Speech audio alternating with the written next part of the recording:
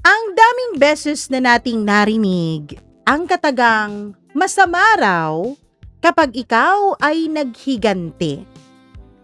Alam na nating lahat yun. Alam na ng karamihan sa atin na masama talagang paghihigante na dapat ipagpapasa Diyos na lang natin ang lahat.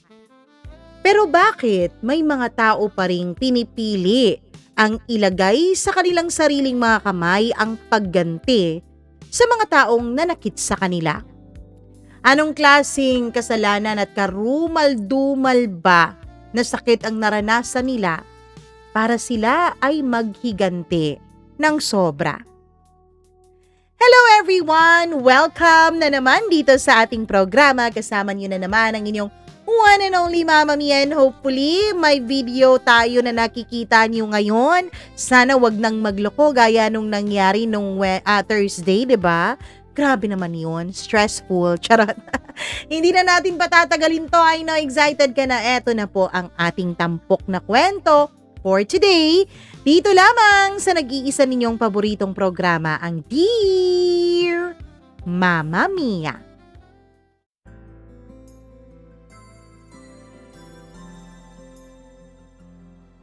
Alam na alam ko na masama ang maghiganti. Bata pa lang ako, sinabi na yun ng nanay ko sa akin. Pero kapag nasaktan ka ng lubos, hindi mo rin talaga mapipigilan ng sarili mo na pangunahan ka ng galit at puot. Dear Mama Mia, may mga araw na bigla mo na lang nararamdaman na may mali. Hindi mo alam kung bakit. Wala namang nangyari. Wala namang nagsasalita, pero parang may bumubulong sa likod ng isip mo na maghanda ka. Nung una, iniisip ko lang na pagod lang ako. Itago niyo na lamang po ako sa pangalang Hana. 3 taon na akong operations manager sa isang logistics company. Halos araw-araw akong nauuwi ng gabi. Minsan nga, mas kilala pa ako ng guard sa opisina kesa sa mga sarili kong kapitbahay. Habang si Sam ang lalaking pinaniniwalaan kong makakasama ko hanggang pagtanda. 7 taon kaming magkasintahan bago kami ikinasal. 2 taon na kaming magkasama. At sa loob ng 9 na taon, wala akong ibang iniisip kundi siya. Hindi kami mayaman, Mama Mia. Hindi rin perpektong mag-asawa. Pero masaya kami. O baka yun lang talaga ang pinaniniwalaan ko. Love, baka gabihin na naman ako.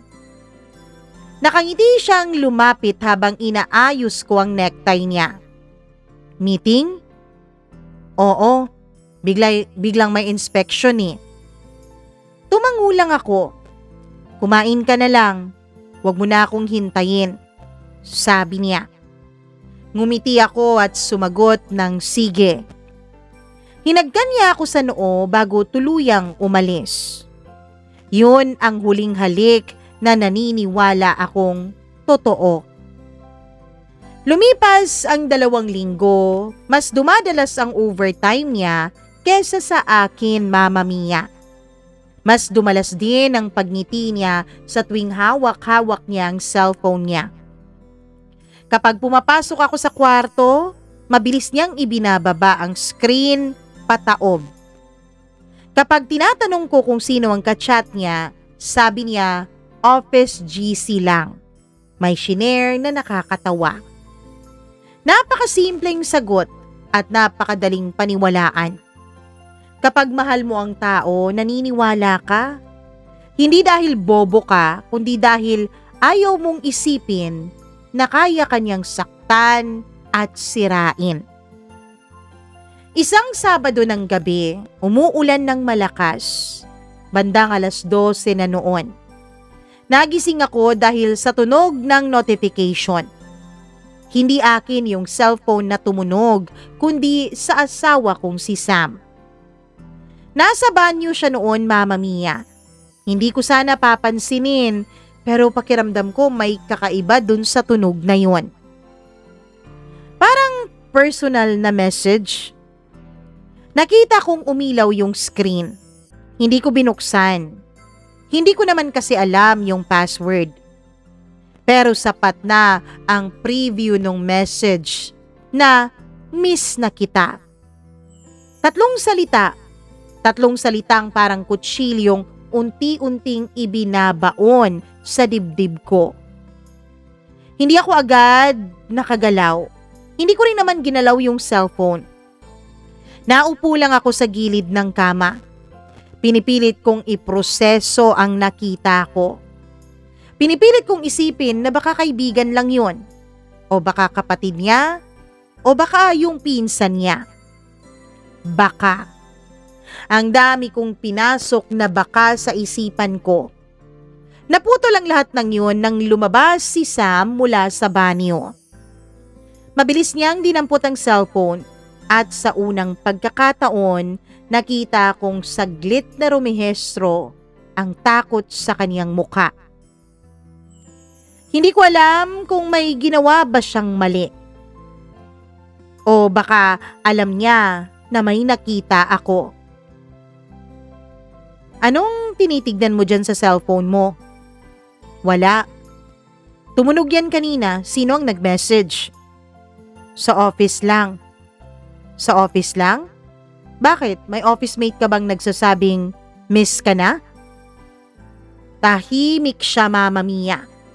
Napansin kong nanigas ang panga niya. Pagkatapos, tumawa siya. Isang pilit na tawa. Grabe ka namang mag-isip. Alam mo, yung utak mo, ang galing talagang mag-imbento ng kwento.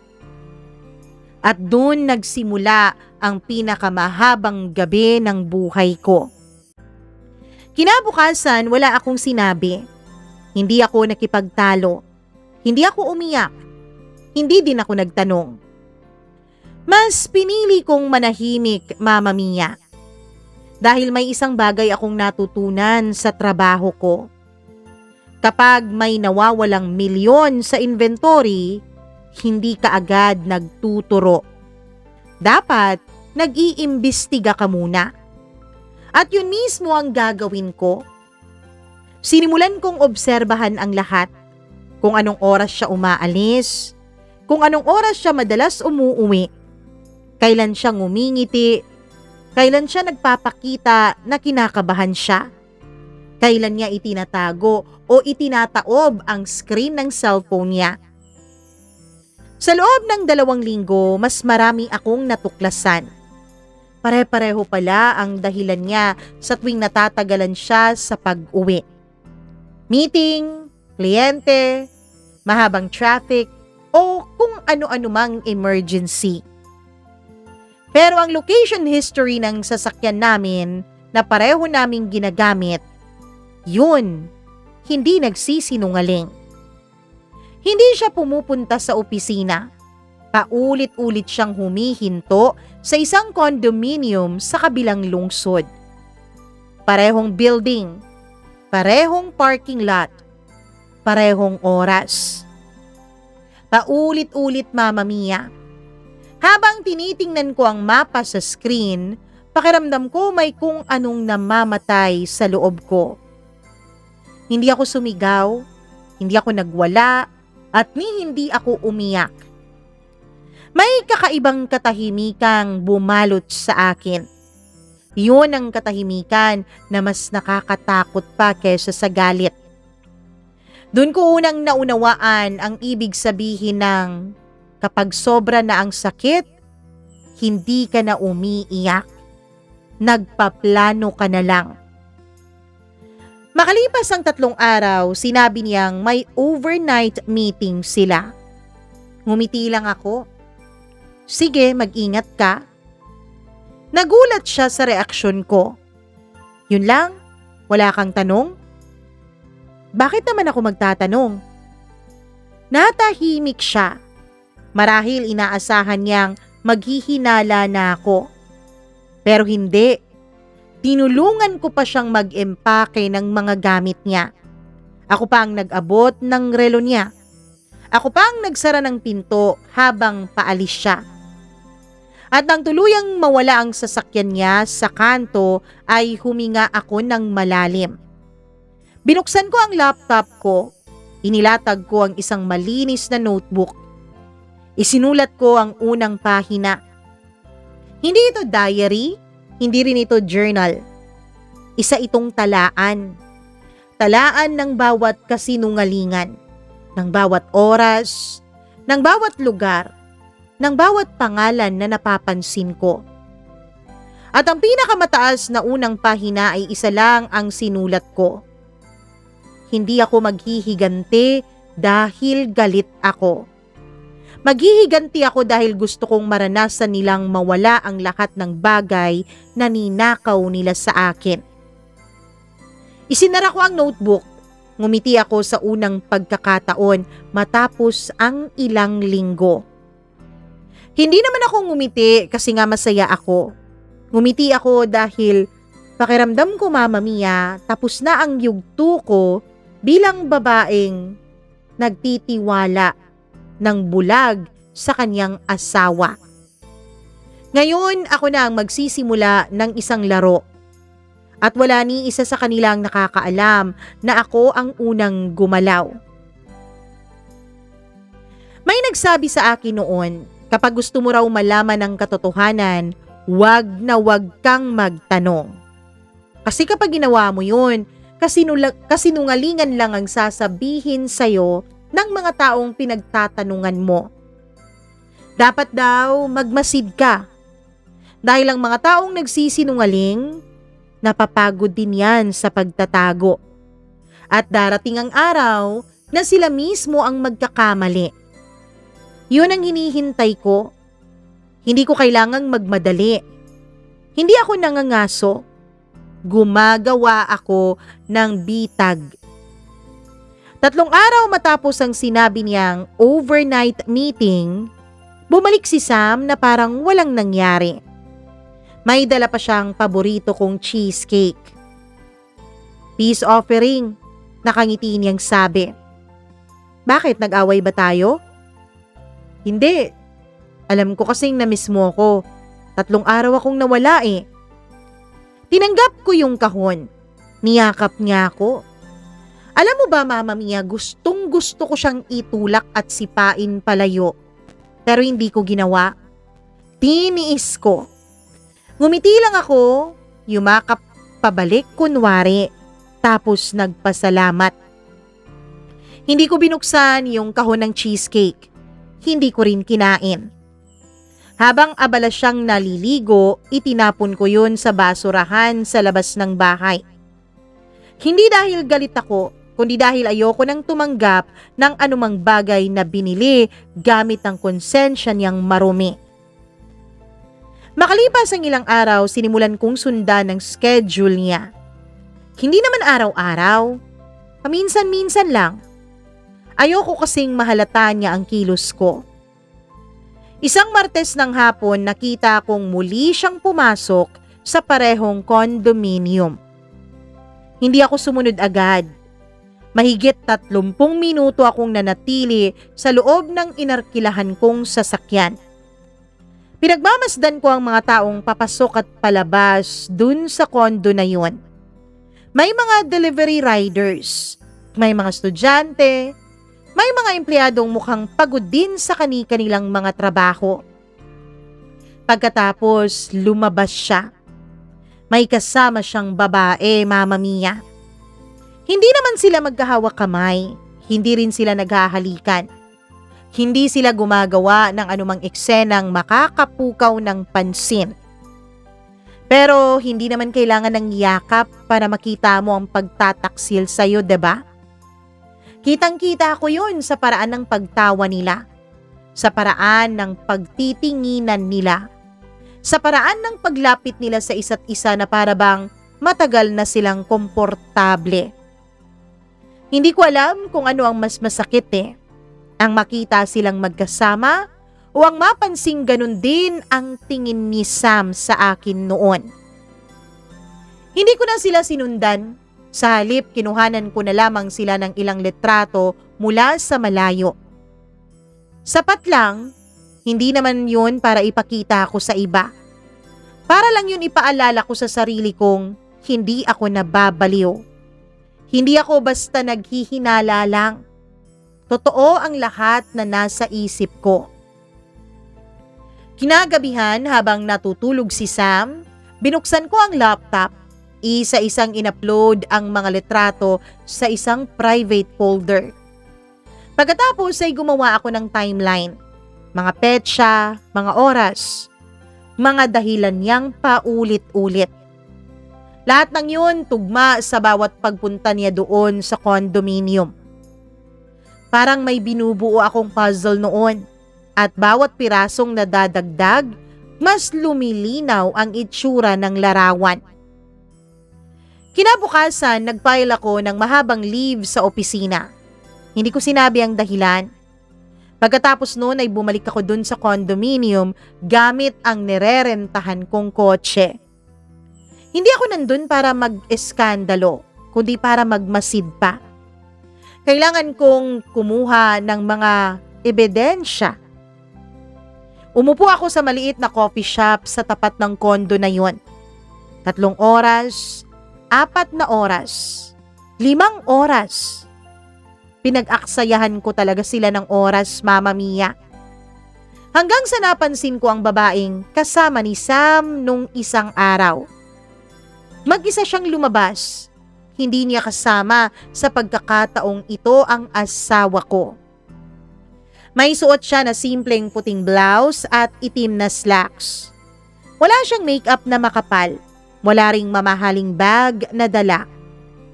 Kung hindi ko alam ang ginagawa niya, iisipin kong isa lang siyang ordinaryong empleyado. Sinundan ko siya mula sa malayo. Pumasok siya sa isang advertising agency. Napatingin ako sa karatula. Napangiti ako ng mapait. Advertising. Trabaho kung saan normal ang magbenta ng mga ilusyon. Bagay na bagay siya doon. Hindi ako agad umalis. Hinintay kong matapos ang oras ng trabaho niya. Bandang 5:00, lumabas siyang muli. May kasama siyang 2 katrabaho. Narinig kong tinawag siyang Ma'am Bianca. Bianca.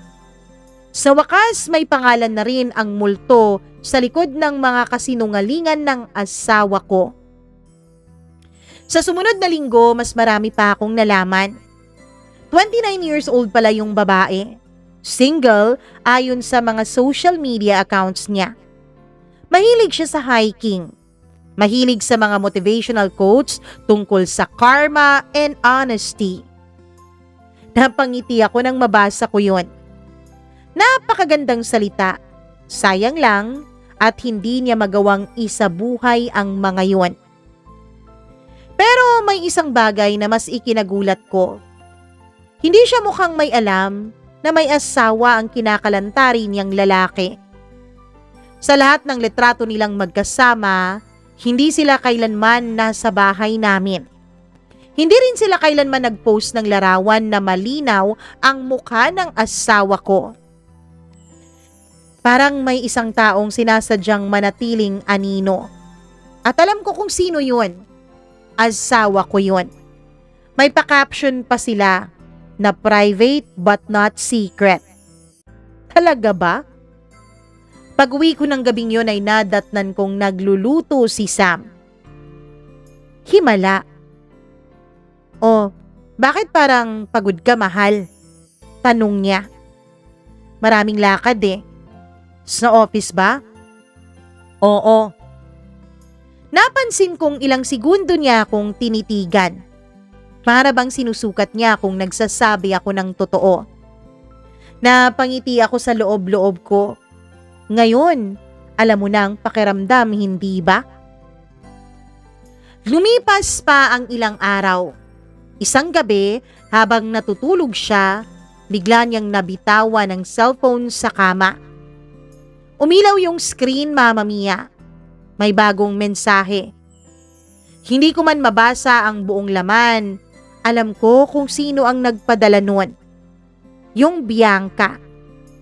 At ang unang linya ng mensahe, kailan mo ba sasabihin ang totoo? Napatigil ako. Parang huminto yung oras. Hindi ko yun inaasahang mabasa. Ang inaasahan ko kasi, miss na kita, mahal kita, sleep tight. Pero Mama Mia, hindi yun kahit na anong malanding messages. Isa lang yung tanong, kailan mo sasabihin ang totoo? Ibig sabihin, may alam si Biancang katotohanan. Posible ring hindi lang ako ang niloloko. Dahan-dahan kong binalik ang cellphone ni Sam sa tabi niya. Hindi ko siya ginising, hindi ko siya kinompronta o hinarap kahit gustong-gusto ko nang gawin yon. Sa unang pagkakataon mula nung magsimula ang lahat, naramdaman kong mas malaki pa ang nililihim sa akin ng asawa ko. Ano pa kayang klase ng pagtataksilang meron siya? At kung tama ang kutob ko, matagal nang nangyayari ang mga bagay na to. Mama Mia, hindi talaga ako nakatulog ng maayos ng gabing yun. Paulit-ulit na umikot sa isip ko ang isang mensahe. Yung mensahe nung Bianca. Kahit hindi ko nakita yung pangalan niya dun sa screen, alam kong siya yun. Isang simpleng tanong lang naman yun, pero sapat na yun para wasakin ang lahat ng akala ko. Kung alam ni Bianca na may katotohanang dapat kong malaman, bakit niya hindi ito sinabi? Ano kayang ibig sabihin ni Bianca? Siya kaya ang may nalaman? O gusto niyang malaman ko ang totoo? At kung wala siyang alam tungkol sa akin, bakit tila hinihintay rin niya ang paliwanag ng asawa ko? Dalawa lang ang posibilidad. Pareho kaming niloloko o ako lang ang niloloko nilang dalawa. Makalipas ang ilang araw, lalo lang akong naging tahimik. Hindi ko na kailangang magkunwari. Natural na ang pananahimik ko. At napansin yun ng magaling kong asawa, Mama Mia. Okay ka lang ba, mahal? Oo. Bakit parang ang layo mo? Talaga malayo ako? Tumango siya. Ngumiti lang ako. Nakakatawa. Siya itong may ginagawang mali. Tapos ako pa ang lumalayo. Ako pa ang tinatanong niya na lumalayo sa aming dalawa. Mas naging mapagmasid ako sa mga maliliit na detalye. May bagong relo si Sam. Hindi naman siya mahilig bumili ng mga mamahaling gamit. May bago rin siyang pabango. Hindi yung pabangong gustong-gusto ko. Iba to. At mas madalas na siyang tumitingin sa salamin at humuhuni at sumisipol bago umalis. Mga bagay na ginagawa ng isang lalaking may pinopormahan, Mama Mia. Mga bagay na dati kong hindi napapansin. Ngayon bawat isa ay tila piraso ng isang palaisipan. Isang umaga, nagmamadali siyang umalis. Sa sobrang pagmamadali, naiwan niya ang isang resibo sa mesa. Hindi ko sana yun papansinin pero nakita ko yung petsa. 3 linggo na ang nakalipas. Parehong araw dun sa sinabi niyang nag-overtime siya. Nung tignan ko ang resibo iyon ng isang restaurant. 2 yung order. 2 steak, 2 baso ng alak, at hindi naman yun ang ikinagulat ko. Ang ikinagulat ko, Mama Mia, ay ang pangalan ng restaurant. Hindi yun malapit sa condominium. Nasa kabilang lungsod yun. Ibig sabihin may mga lugar pa siyang pinupuntahan na hindi ko alam. Pero bakit hindi rumihirehestro dun sa map ng pinupuntahan ng sasakyan namin? Dun ko nakita at dun ko na pagtanto na mas malaki pa ang kasinungalingan niya kesa sa nadiskubre ko. Habang papunta ako sa opisina, may tumawag mula sa hindi kilalang numero. Baka si ma'am. Narinig kong mahina ang boses sa kabilang linya. Kayo po ba si Ma'am Hana? Oo, sino to? Nagkaroon ng ilang segundong katahimikan.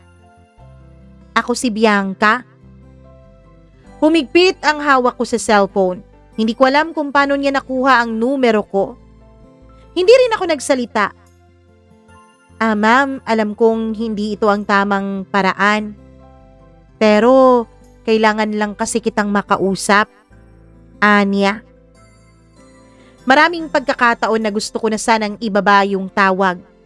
Pero may kung anong pumipigil sa akin. Sige, may 10 minuto ka? Sabi ko. Mahina siyang huminga.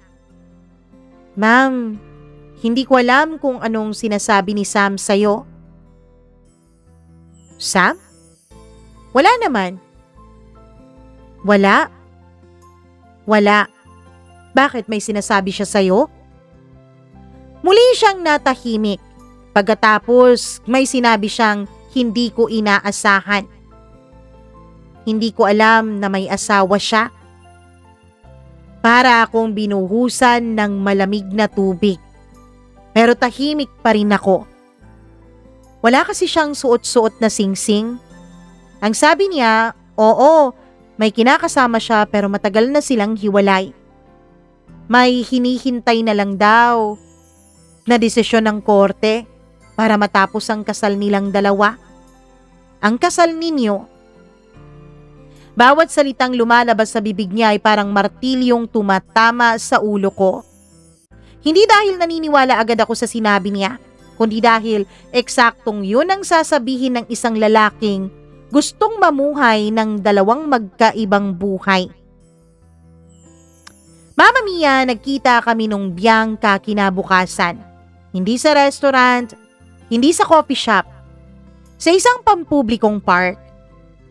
Ewan ko kung bakit dun niya napili. Siguro, naisip niya na hindi ko siya e-eskandaluhin sa maraming tao. Pareho rin kaming nag-iingat, pareho kaming nagmamasid. Nang magkaharap kami, ilang segundo kaming walang imik. Pareho naming sinusukat ang isa't isa. Siya ang unang nagsalita. Hindi mo ako kailangang patawarin. Hindi mo rin ako kailangang paniwalaan. Tumango ako. Tama ka. Pero ano bang dahilan kung bakit ka nakikipagkita sa akin ngayon? May ipinakita siyang larawan dun sa cellphone niya. Si Sam na asawa ko, kasama siya at ang nakalagay dun sa ilalim na date ay 6 na buwan nang nakakalipas. Nakakbay, nakangiti at sa caption, sa wakas, nagsisimula na ulit ang buhay ko. At nung nakita ko yun, Mama Mia, ay isang account yun ng asawa ko. Isang account na hindi ko alam. Napapikit ako. 6 na buwan na pala niyang iniilusyon na malaya na siya. Habang ako araw-araw pa rin naghahanda ng almusal para sa kanya. Para sa asawa kong akala ko ay nagtatrabaho ng mabuti. May gusto lang akong malaman, Bianca.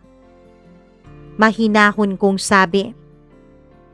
Tinanong mo ba siya kung bakit hindi pa kayo pwedeng magpakita sa pamilya niya? Tumango siya. Oo, ang sabi niya lang, toxic daw ang pamilya niya. Kasi boto daw ang mga ito sa ex-wife niya. Napangiti ako. Mapait. Ang totoo, hindi naman toxic ang pamilya niya. May itinatago lang siya at ako yun. Habang nag-uusap kami nung Bianca, unti-unti kong napagtanto ang isang bagay. Hindi naman kami magkaaway, hindi rin kami magkaribal. Pareho lang kaming naging tauhan sa kwentong isinulat ng iisang sinungaling. Mama Mia, may kakaibang pakiramdam kang mararamdaman kapag nalaman mong hindi ka mag-isang niloloko. Sa loob ng maraming araw, galit po ang nangingibabaw sa akin. Galit kay Sam, galit dun sa Biancang yun, at galit din sa sarili ko. Pero matapos kaming mag-usap ni Bianca, may isang emosyon na unti-unting pumalit. Pagkadismaya. Hindi ko alam kung bobo lang ba talaga siya, pero naniwala siyang may i-final na annulment para sa kasal naming dalawa ni Sam. Kahit na hindi ko alam kung genuine ba ang paniniwala niya, alam ko na pareho kaming naniwala sa magkaibang kwento ng iisang lalaki. Meron kaming magkaibang papel sa buhay ni Sam. Anong plano mo? Tanong ni Bianca habang nakatingin sa mga batang naglalaro doon sa park. Hindi ako sumagot. Matagal kong pinagmasdan ng mga batang nagtatawanan. Napakasimple ng buhay nila. Walang kasinungalingan, walang bigat na emosyon na dala ng pagtataksil. Wala pa.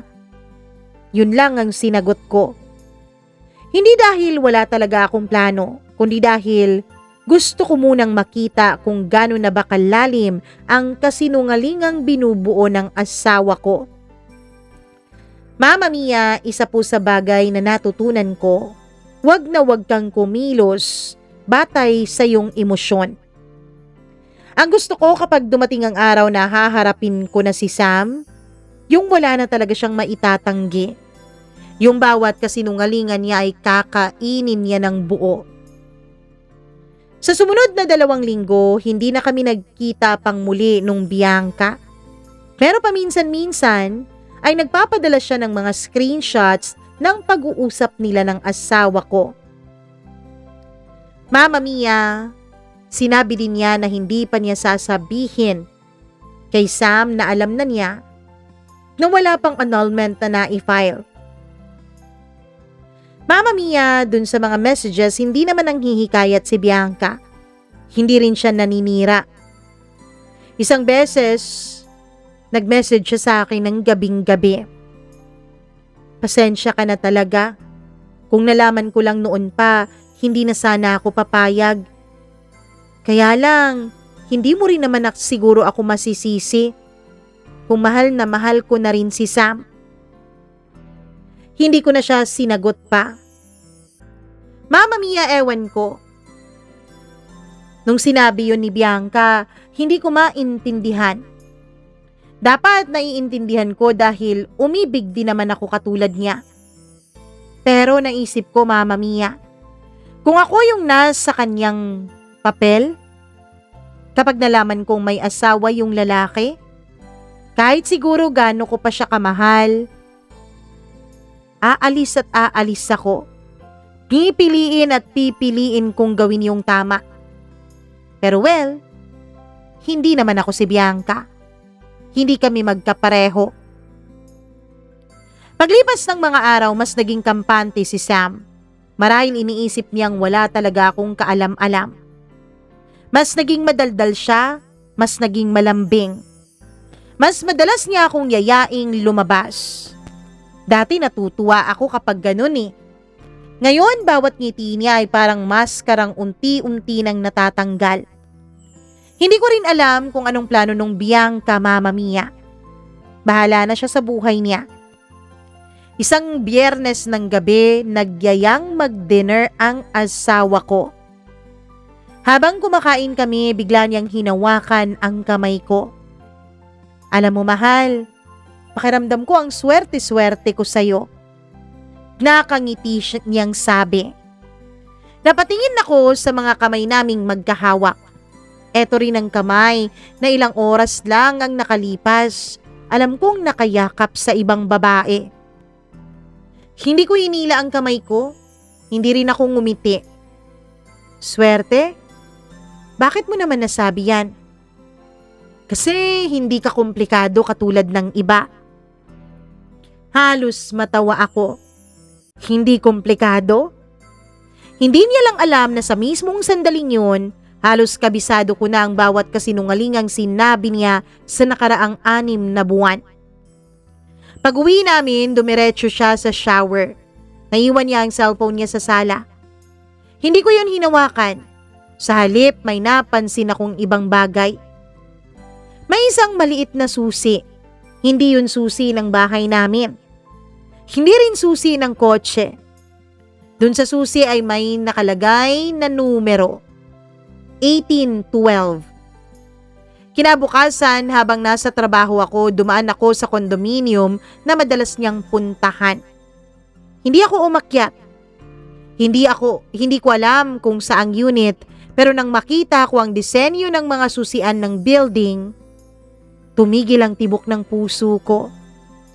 Kapareho iyon, ibig sabihin may sarili talaga siyang susi.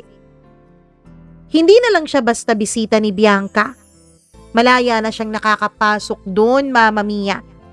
At malaya silang dalawa na gawin ang lahat ng bagay na naisi nila sa loob ng unit na yon. Hindi na ako nagtagal. Habang papalabas ako sa may lobby, may lalaking nasa 50 taong gulang ang bumati sa akin. Ma'am, may hinahanap po kayo? Wala po. Ngumiti siya. Akala ko po kasi kayo yung nasa Unit 1812. Yung asawa ni Sir Sam? Para akong napako sa kinatatayuan ko, Mama Mia. Asawa? Ibig sabihin, ang buong akala nila ay asawa ni Sam ang nasa 1812 na babae. Ngunit bago pa ako makapagsalita ay pinagpatuloy na niya. Alam niyo po, napakabait po ni Sir Sam. Madalas niya akong binibigyan ng pagkain at ng kung ano-ano. Ngumiti lang ako, isang pilit ng ngiti tapos nagpasalamat dun sa matanda. Paglabas ko ng gusali, nanginginig ang mga kamay ko.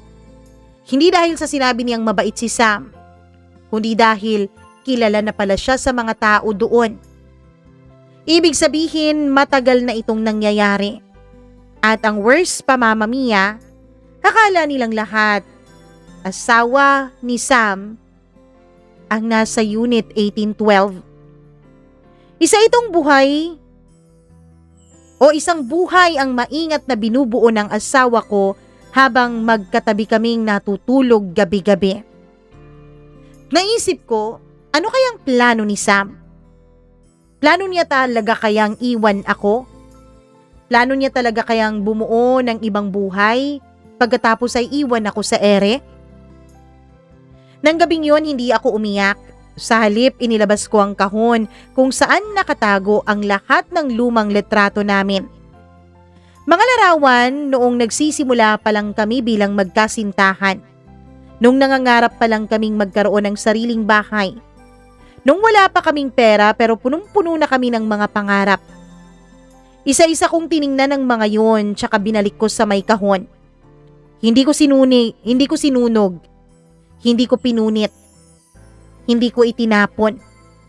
Dahil naisip ko, hindi ang mga alaala ang nagsinungaling. Ang taong kasama ko sa mga alaalang yon ang nagbago. At sa unang pagkakataon, tinanggap ko ang isang katotohanang matagal ko nang iniiwasan. Hindi ko na kayang iligtas ang kasal naming dalawa. Hindi ko na kayang iligtas ang pagsasama namin bilang mag-asawa. Pero kaya ko pang iligtas ang sarili ko. Kaya ko pang iligtas ang sarili ko mula sa tila kakaibang plano ng asawa ko, Mama Mia. May isang bagay lang talaga akong hindi maintindihan. Kung totoong masaya si Sam sa piling nung Bianca, bakit hindi na niya ako hinihiwalayan? Ano bang hinihintay niya? Yun ang hindi ko maintindihan, Mama Mia. Mas madali namang magsabi ng totoo, 'di ba? Mas madali namang umalis. Pero pinili niyang magsinungaling araw-araw. Ibig sabihin, may dahilan. At yun ang kailangan kong malaman. Lumipas ang halos isang buwang walang nangyari. Pareho pa rin ang routine namin, gigising, maghahanda ng almusal at papasok sa trabaho. Magkukunwaring walang alam. Magtatabi sa isang kama. Paminsan-minsan may nangyayari pa rin sa aming dalawa. Mama Mia, sa totoo lang nandidiri ako sa sarili ko sa tuwing ginagawa ko yon. Sa tuwing hinahayaan ko ang asawa kong galawin ako sa kama. Pero anong magagawa ko? Minsan hindi na talaga umuubra ang mga palusot kong pagod ako. Kaya minsan napagbibigyan ko siya ng hindi sinasadya. Mama Mia, kung may nakakakita sa amin, sasabihin nilang masaya ang pagsasama namin bilang mag-asawa. Hindi nila alam na ang bahay namin ay isa ng entabladong punong-puno ng mga mahuhusay na artista. At kaming dalawa ng asawa kong si Sam ang pangunahing bida sa palabas na yun. Napansin kong mas dumadalas ang paglabas-labas ni Sam, lalo na kapag may tumatawag sa kanya. Hindi na siya sumasagot sa loob ng bahay. Lumalabas siya sa garahe o kaya naman ay sa bakuran namin. Minsan naririnig ko ang mahihina niyang salita. Hindi ngayon. Maghintay ka. Promise, aayusin ko ang lahat para sa ating dalawa. Tuwing maririnig ko ang mga yun, lalo lang akong naguguluhan. Ano bang pinapangako niya kay Bianca? At si Bianca, ano bang sinasabi niya sa asawa ko? Isang Lunes ng umaga, habang nasa opisina ako, ay tinawag ako ng boss ko. May bisita ka. Paglabas ko ng conference room ay may lalaking nakaupo sa may reception. Medyo may edad na yung lalaking yun. Maayos ang suot niyang polo. May bitbit siyang itim na folder. Nang makita niya ako ay agad siyang tumayo. Ikaw po ba si Hana? Tumango ako. Opo. Inabot niya ang kamay niya. Ako si Robert. Hindi ko siya kilala, Mama Mia. Wala akong balak manggulo pero kailangan kitang makausap. Kalmado niyang sabi. Nagpaalam ako sa boss ko na mag-undertime dahil may emergency. Lumipat kami sa isang maliit na cafe na malapit lang sa office. Nung nakarating kami doon ay hindi siya agad nagsalita. Parang pinipili niya ang bawat salitang lalabas sa kanyang bibig, Mama Mia. Matagal ko nang kilala ang asawa mo. Sabi niya. Hindi kami magkamag-anak, hindi rin kami magkaibigan. Pero dati kong kasosyo ang ama niya sa negosyo. Napatingin ako sa kanya. Ngayon ko lang narinig ang ganong kwento. Hindi kailanman ikwento sa akin ng asawa ko ang tungkol sa negosyo ng pamilya nila. Ang alam ko, simpleng empleyado lang ang ama niya bago ito namatay. May gusto akong itanong. Mahina niyang sabi. Alam mo ba kung saan napupunta ang malaking bahagi ng kinikita ng asawa mo? Mama Mia, hindi po kami tipikal na mag-asawa ni Sam. Yung sweldo niya sa kanya, yung sweldo ko sa akin. Naglalagay na lang kami ng pera para sa joint account namin, pati na rin ang para sa mga gastusin sa bahay. Maliit lang naman ang ambag ko pagdating sa pera sa bahay. Pero mas malaki ang nilalagay ko sa joint account naming dalawa. Napakunot noo ako. Anong ibig ninyong sabihin? Hindi siya agad sumagot. Mula doon sa itim niyang folder ay nilabas niya ang ilang papeles. Mama Mia, may mga resibo yun. May mga bank transfer. Hindi ko maintindihan hanggang sa nakita ko ang pangalan ng nagpapadala. Pangalan ng asawa ko. Ang mas ikinagugulat ko, may buwan ng halaga na pinapadala sa iisang account sa mahigit 1 taon. Hindi maliit na halaga yun. Kung susumahin, aabot yun ng daan-daang libong piso. Parang nawalan ako ng hangin. Anong ibig sabihin nito? Hindi naman ganito kalaki ang kinikita ng asawa ko para makapag-transfer ng ganito kalaking halaga buwan-buwan. Sa totoo lang, yan din ang pinagtataka ko. Pakiramdam ko, Mama Mia, tila may biglang nagbago ng direksyon ng lahat. Kanina iniisip ko, simpleng pangangaliwa, simpleng pagtataksil lang ang problema ng pagsasama namin bilang mag-asawa. Ngayon, may pera palang hindi ko alam. May account na pinagtatransferan ng asawa ko nang hindi ko alam. Bakit niyo po sinasabi sa akin to? Sino po ba kayo? Gaya ng sabi ko sa'yo, ako ang dating kasosyo ng negosyo ng ama ng asawa mo. Ano po ba ang pake niyo kay Sam? At ano po ba ang pake namin dun sa negosyong sinasabi ninyo? Yang mga magulang ng asawa mo, mandurugas ang mga yan. Mag-ingat ka, Hana. Anong ibig niyo pong sabihin? Yung negosyo namin, yung sinasabi ko kung saan kami magkasosyo, alam mo bang biglang nawala yun? Biglang naglako. Lahat ng investment nawala. At alam niyo ba kung anong nangyari? Ako ang pumirma sa lahat ng mga investors noon. Lahat ng mga papeles, ako ang pumipirma. Dahil ang sabi niya, industrial partner lang naman daw siya. Ako naman daw ang naglalabas ng pera sa negosyo, kaya ako ang nararapat na pumirma sa lahat ng dokumento. Inisip kong tama naman at mas napoprotektahan ko ang sarili ko kapag ganon. Habang tumatagal, mas lalo akong nagtitiwala sa ama ng asawa mo. Kaya may mga pinapapirmahan na siya sa akin na hindi ko masyadong binabasa o iniintindi. Hanggang sa napapansin ko na madalas pinapapirmanan niya ako sa tuwing nagmamadali akong umalis. Sa tuwing meron akong importanteng lakad o may importanteng meeting. Pero kahit napapansin ko na yun noon, hindi ko pa rin binibigyan ng halaga. Minabaliwala ko. Inisip ko na baka dun lang talaga nagkakaoras para papirmahan niya yung mga papeles. Ang hindi ko alam, may ginagawa na pala siya sa likod ko. At yun na nga, biglang nawala yung negosyo. Biglang nawala at nilipad ng hangin ang lahat ng investment ng mga nakuha naming investors. Tapos ang lumabas, scam ang kumpanyang yun. At dahil ako ang pumirma, pangalan ko ang nakalagay sa lahat. Wala akong nagawa nung ako ang kasuhan ng mga taong nagtiwala sa negosyo namin. Oo, nakulong ako.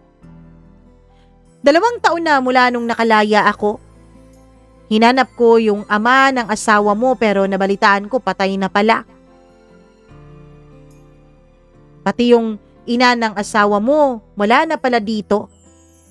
Nasa ibang lugar na. Sabi ko sa sarili ko, magsisimula na lang ulit ako. Total, matanda na rin naman ako. Kung mamamatay ako, ayos na rin yun. Nagtrabaho ako kahit mahirap. Tinutulungan ako ng iba kong mga kapatid. Hanggang sa makita ko kayong dalawa ng asawa mo. Sa isang mall. Po, kailan po yun? Matagal na. Mahigit 1 taon na ang nakakaraan. Hindi ko na sana papansinin pa si Sam. Pero isang araw, nakita ko siyang may kasamang ibang babae. Sweet na sweet silang dalawa. Doon na nung balik sa akin ang lahat ng ginawa ng ama niya. Kaya, palim akong nag-imbestiga sa asawa mo. Yung babaeng kasama niya, nakatira yun sa isang condo unit. Gusto mong samahan kita? Hindi na po. Alam ko naman po ang tungkol doon. Ano? Alam mo ang tungkol dun tapos wala kang ginagawa? Sir, mawalang galang na po. Hindi po ako komportable na nakikisaw-saw po kayo sa personal naming issue mag-asawa. Ang tinatanong ko po ay kung bakit meron kayong mga ganito na mga transactions ng asawa ko.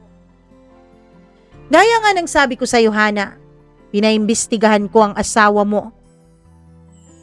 Mama Mia, tumahimik siya sandali tapos bumuntong hininga ng malalim. At napagtanto kong manang-mana nga siya sa ama niya. Po, anong ibig niyo pong sabihin? May joint account ba kayo ng asawa mo? Meron po. Ano bang nakalagay dun sa joint account niyo? Pangalan mo ba? Tapos pangalan niya? And ba? O slash yung nakalagay? Mama Mia, sa totoo lang, alam kong slash ang nakalagay sa amin pong joint bank account. Sinadya namin yun kasi baka magkaroon ng emergency. Paano kung nagka-emergency ako? Na ospital, hindi na makagalaw, hindi na makapirma. Anong mangyayari dun sa joint account namin? Mahihirapan ang isa na withdrawin. Paano naman kung siya ang nagkaganon tapos kailangan namin ng pera? Mahihirapan din ako na kunin yung pera sa joint account namin. Kaya napag-usapan naming slash na lang ang ilagay. Doon ako biglang kinabahan. Slash po. Yun na nga bang sinasabi ko? Ibig sabihin, hinanakawan ka rin ng sarili mong asawa. Agad kong binuksan, Mama Mia, yung online bank account ko. Binuksan ko yung account na pareho naming alam yung password. Yung joint account naming dalawa. At dun ko nakita, limas na ito. Nasa hundreds na lang yung laman. Hindi na nga nag-thousand eh. Ang akala ko, Mama Mia, malaking-malaki na yun.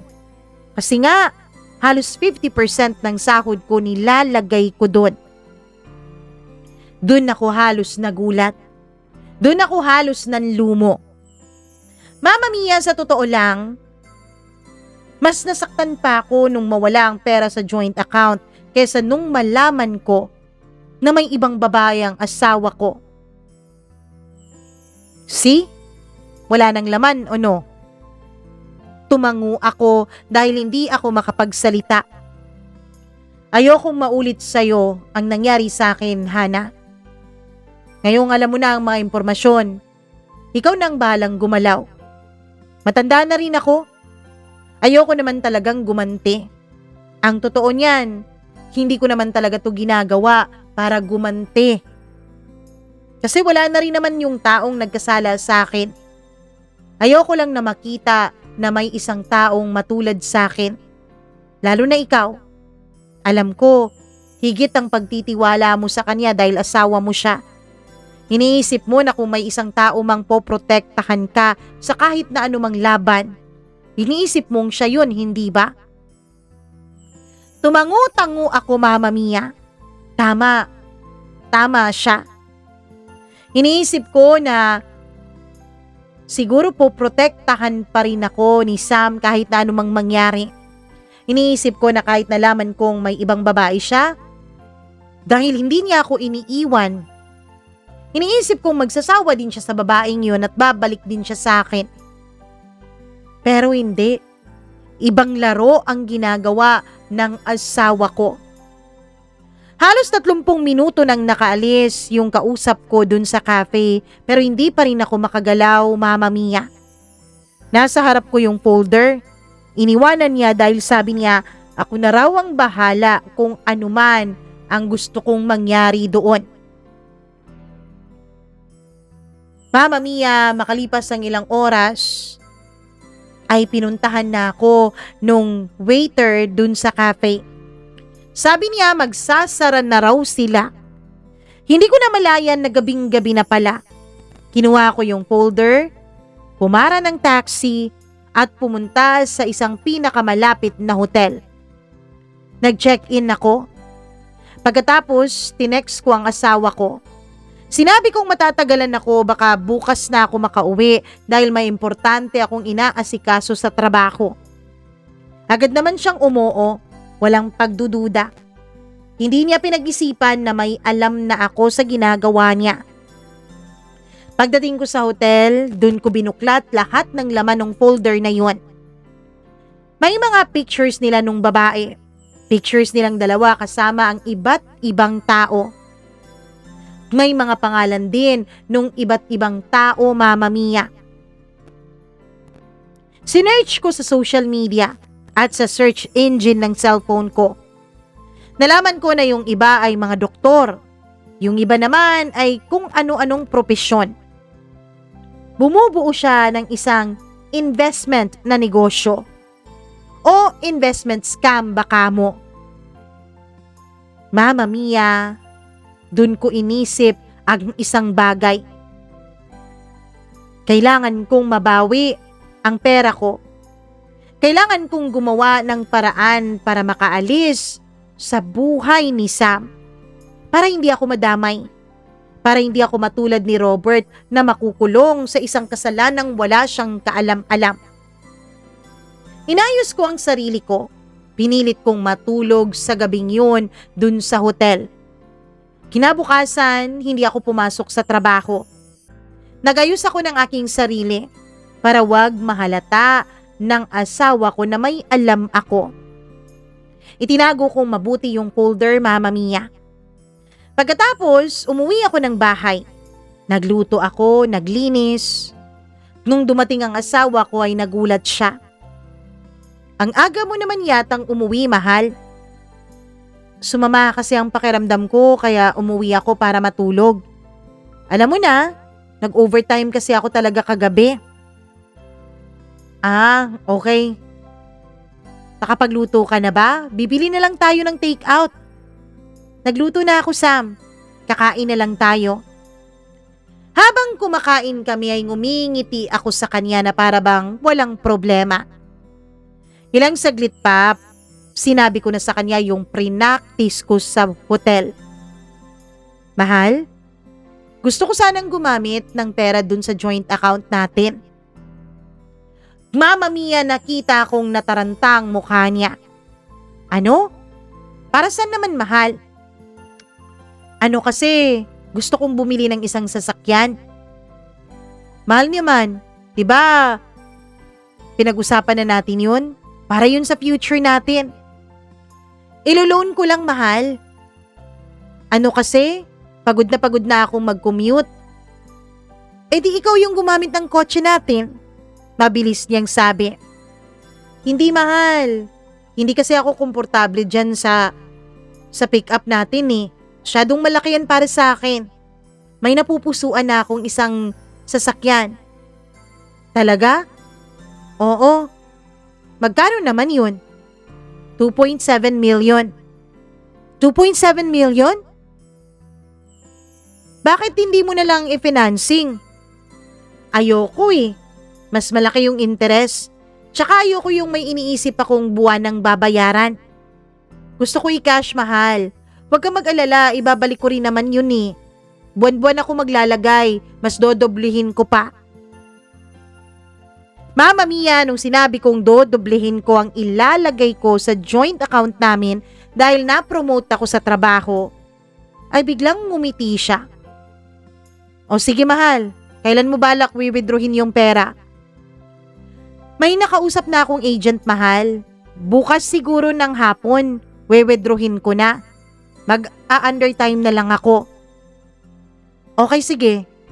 Pero magsabi ka sa akin kung withdrawin mo na, ha? Huwag kang pumunta ng bangko nang hindi ko alam. Sasamahan kita dahil malaking pera yun. Baka kung anong mangyari. Okay, sige, mahal. Sabi ko. Lihim akong napangiti, Mama Mia. Dahil pakiramdam ko, gumagana ang plano ko. Kinabukasan ay hindi ako pumasok sa trabaho. Pumunta ako sa isang car dealership. Tapos Mama Mia, may kinausap ako doon na isang agent. Sabi ko, babayaran ko siya ng 5,000 piso. Basta sumakay siya sa mga sasabihin ko. Bandang 1:00 ng hapon nung tumawag sa akin ang asawa kong si Sam.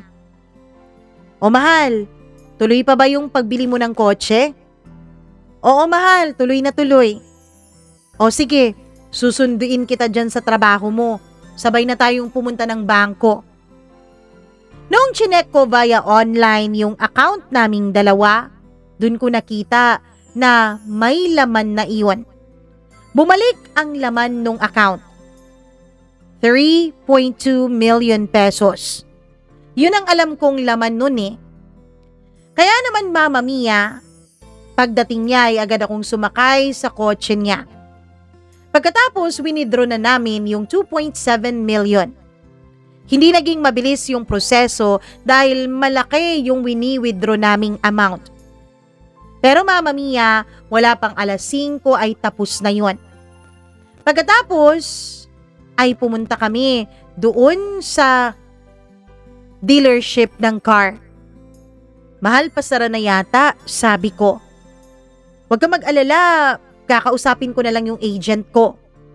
Tinawag ko yung agent na kasabwat ko Mama Mia. Nag-usap kaming dalawa. Pagkatapos, lumapit sa amin si Sam. Bukas na bukas po, kukunin nyo na lang yung unit ma'am. Permahan nyo na lang ngayon para bukas ma-process na natin. Hindi ko kasi pwedeng ilabas yan kasi kailangan pa po ng processing para dun sa libreng insurance. Tapos, mag-aalas 5 na rin kasi. Tumangu-tangu ako. Pumirma na ako ng kung ano-anong mga papel. Pagkatapos, umalis na kaming dalawa. Nasa akin na yung pera Mama Mia. Kinabukasan, tinanong ako ng asawa ko kung anong oras kong makukuha yung kotse. Sabi ko tatawagan na lang ako ng agent ko. Umalis si Sam, hindi ko alam kung pumasok sa trabaho o dun sa mga monkey business niya. Ako naman ay umalis at pumunta sa ibang bangko. Idiniposito ko yung pera sa ibang account na kakabukas ko lang Mama Mia. Nag-leave pa rin ako. Pagkatapos umuwi ako sa bahay, kumuha ako ng mga gamit ko at saka umalis. Nagrenta ako ng isang apartment Mama Mia. Nagbayad ako ng 2 buwan na deposit at 2 buwan na advance. Binayaran ko na rin yung agent. Wala naman talaga akong balak bumili ng kotse. Ang balak ko, kunin yung pera ko. Noong nasecure ko na lahat, Mama Mia, habang patulog na ako ng gabing yun, dun sa inuupahan kong apartment ay biglang nagring ang cellphone ko. Si Sam. Hindi ko siya sinagot. Tawag siya ng tawag sa akin. Mama Mia, hindi na ako sumagot pa sa kanya. Kinabukasan ng ginawa ko ay nireport ko sa pulis yung ginagawa ng asawa ko. Pagkatapos, kinontak ko rin yung ibang mga investors ko nun niya. Yung mga pangalan na binigay sa akin ng Robert. Mama Mia, sinabi ko sa kanilang investment scam ang napasukan nila. Wala pang 1 linggo, pumutok na yung balita. Pinaghahanap na ng mga pulis ang asawa ko at si Bianca dahil involved silang dalawa sa isang investment scam. Pati nga ako ay naimbestigahan Mama Mia. Tinanong kung meron daw ba akong alam. Sabi ko wala akong kaalam-alam. Sabi ko matagal na kaming hiwalay. Sabi ko yung Bianca na yun ang inuuwian ng asawa ko. Wala naman silang mahanap sa akin dahil wala akong kahit na anumang property. Oo Mama Mia, yung pera, hindi ko binili ng kahit na anong gamit para walang ma-trace sa akin.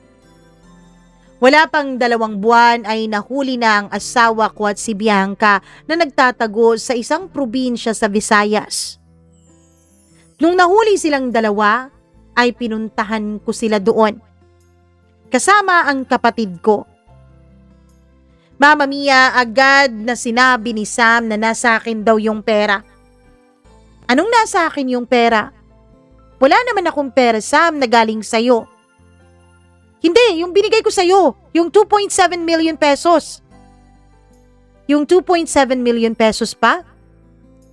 Pinakita ko lahat ng transactions ko, Mama Mia, na nagde-deposito ako sa joint account namin kada araw ng sahod ko. Kung tutuusin, saktong-sakto lang yung pera para dun sa coverage ng pera ko. Walang nagawa si Sam dahil pera ko naman talaga yun. Pagkatapos ko silang mabisita ay hindi na ako bumalik pa doon. Hindi ko na alam kung anong nangyari sa investigasyon. Basta ang alam ko hanggang ngayon ay nakakulong pa rin yung Bianca at si Sam. Alam mo ba ang katotohanan, Mama Mia? Yung Bianca pala na yun, alam na pala niya na limas na ni Sam ang aming ipon. Kaya pala niya ako pinuntahan at kinausap. Hindi dahil biktima din siya, kundi dahil ang gusto niya, iwan ko na si Sam. Ang gusto niya, ako na ang umalis sa kasal naming dalawa para makapagsama na sila ng tuluyan. Well, pasensya na lang siya. Dahil hindi naman sila pwedeng magsama sa iisang kulungan. Ang alam ko, iba ang kulungan ng lalaki sa kulungan ng babae. Mama Mia, sa ngayon, binibuild ko po ulit yung sarili ko, yung buhay ko. Hindi ko alam kung paghihiganti ba ang ginawa ko. Marami ang nagsasabi na paghihiganti na raw yun. Dapat daw tumigil na ako nung nakuha ko yung pera. Dapat daw hindi ko na kinausap yung mga investors nila. Dapat hindi na raw ako lumapit pa sa mga pulis.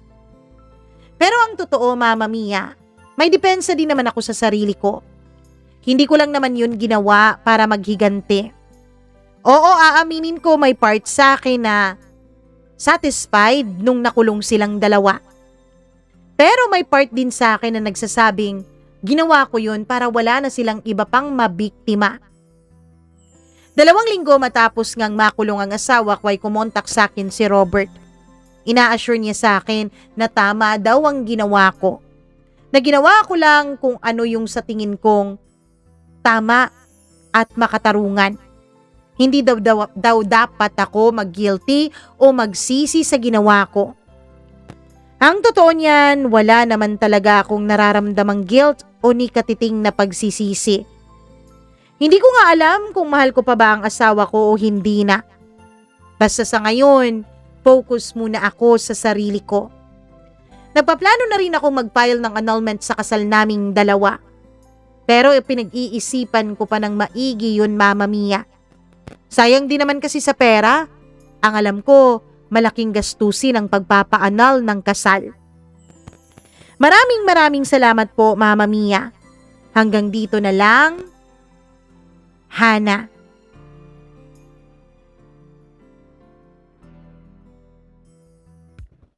Sa tingin niyo ba paghihiganti yung ginawa ni Hana? Sa tingin niyo ba yung ginawa niya pagputol niya sa sungay ng asawa niya? O paghihiganti dahil nasaktan yung ego niya at yung pagkatao niya? Either way, sa tingin ko wala namang mali sa ginawa niya. Kahit na ang motibo nun paghihiganti, para sa akin nakatulong pa nga siya sa ibang tao, 'di ba?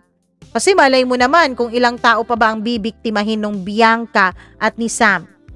At saka ang kapal din naman ng mukha nung Bianca, no? Anyways, ganun talaga. Karamihan sa mga kabit, makapalang mukha. May kilala ako. Makapalang mukha 'di ba? Nako, sarap tirisin. Anyways, maraming salamat sa iyo, Hana, sa isang napakaganda pero unique na kwentong pinadala mo sa amin dito sa ating programa. Thank you very much sa pagtitiwala. At sa lahat ng may alam dyan na may ini-scam na iba yung ibang tao, naku, wag po kayong manahimik. Alam nyo ba, ako po'y naniniwala na kapag kayo, nakakita kayo ng injustice, nakikita kayo ng panloloko, nakakita kayo ng pagnanakaw tapos wala kayong ginawa, para sa akin, may kasalanan din kayo. Para sa akin, pareho lang din ang pagkakasala ninyo dun sa taong nagnakaw, dun sa taong nanloko ng ibang tao. Okay? So, gumawa kayo ng tama gaya ng ginawa ni Hana. Kung ako nasa part niya, ganun din naman siguro ang gagawin po. Pero napakatalino mo sa part na bumawi ka muna, no? Kinuha mo muna yung pera mo. Napakatalino mo dun sa part na yon. Congratulations, palakpakan. Ganun. Anyways, maraming salamat Hana ulit sa napakagandang kwentong ibinahagi mo sa atin. Sa mga nakikinig ngayon, lalo na yung mga nabiktima ng scam, nako, i-like at i-share na ninyo ang video na to. Huwag na kayong magpatumpik-tumpik pa, go, karaka-raka, ganun. Syempre, mag-hi muna ako sa ating mga suki na mga subscribers at syempre mga members bago tayo magpaalam for today's video. Hello ako kay Evelyn Kawit, kay Kimber Dudes Balyador, kay Pepe Macaranas, Rosel Macdolor, Freaky Hi, Abdullah Wahab, Miriam Gutierrez, Rose Arevalo, Rico Sedanco, Gimaras Girl, Benson Boyser, Smackdax, Maria Elena Abe, Maureen Tugab, Gail Easy at Mila Raduban. Thank you so much sa pananatili at sa pagmamahal ninyo ng walang sawa dito sa ating program. Maraming salamat. Hello din ako sa ating mga subscriber kay Ruby from Yunlong, kay Christina, kay Charlene, kay Bemelin. Hello, maraming salamat all the way from Hong Kong. Kay Cha, kay Judith McGovern, hello. Hello din ako kay AJD3, maraming salamat.